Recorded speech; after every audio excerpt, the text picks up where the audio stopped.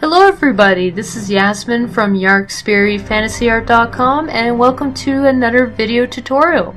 So for this week's voting, you guys chose for me to actually paint the baby dragon. So obviously that's what I'm going to be working on today.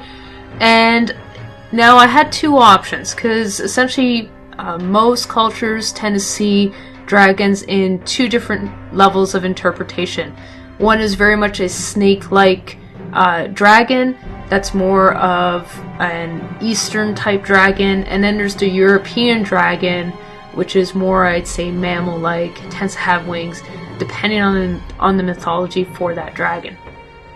Now for this dragon, I did decide to do a more Oriental style dragon, so my main reference material reflected what I believe to be the major influences to this mythology.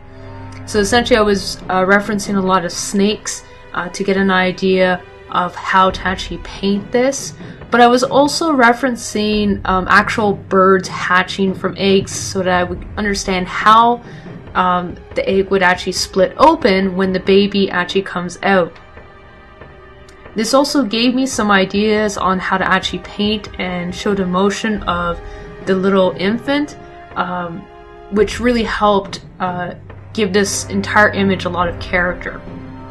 Now since the entire focus is on the baby, I wanted to have essentially light focusing right on the baby dragon, as the baby dragon is like half asleep, half awake, isn't quite too sure how to move. It's just come out of its egg, so it's still trying to understand how its limbs move and all that. So since it's so helpless, I do want to show essentially almost a light rays shining down on this. So you will see me work on the lighting effects later on, but for this stage I'm mainly plotting out how I'm actually going to paint and what colors I'm going to be actually adding in.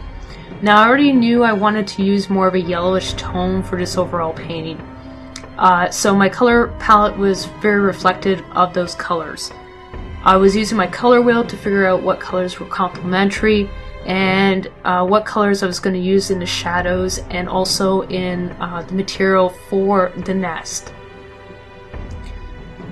I do spend a lot of time focusing on the actual structure of this image because it does make a huge difference. I also use my saturation layer to really bump up the shadows and the highlights to make sure that everything reads. So I've just started doing the actual nest that the little dragon's actually sleeping in, essentially.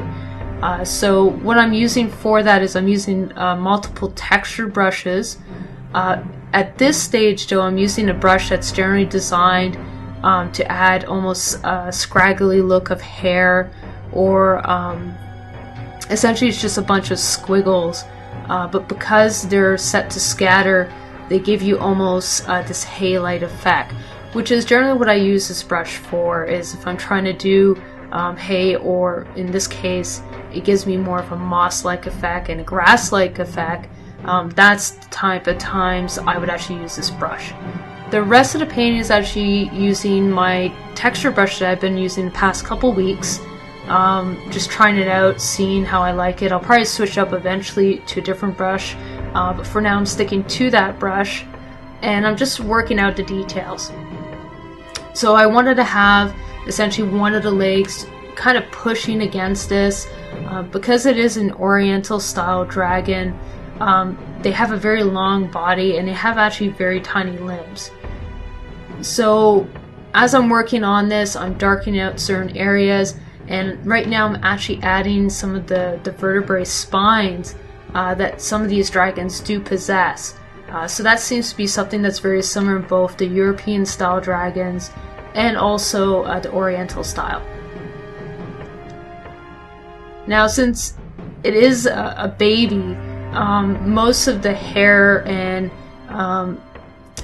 the horns that I will later add on, they're not fully developed, they're not fully grown. Essentially, as this little dragon grows up, the horns will become more and more pronounced, but as it stands, I kind of viewed the horns as being necessary for essentially the dragon being able to come out of the egg. Because most birds actually, when they're first hatch, they actually have a bone on the tip of their nose that allows them to force their way out of the shell by breaking it slightly. So essentially that's what I'm using the horns for, and that's why I decided to add them in. I could have added a bone ridge on the tip of the nose, but I figured since this baby dragon will have horns later on, it only makes sense that he would have some form of horns, or at least an emphasis of where those would go on his head. So I'm just working out on the shading on the eyes.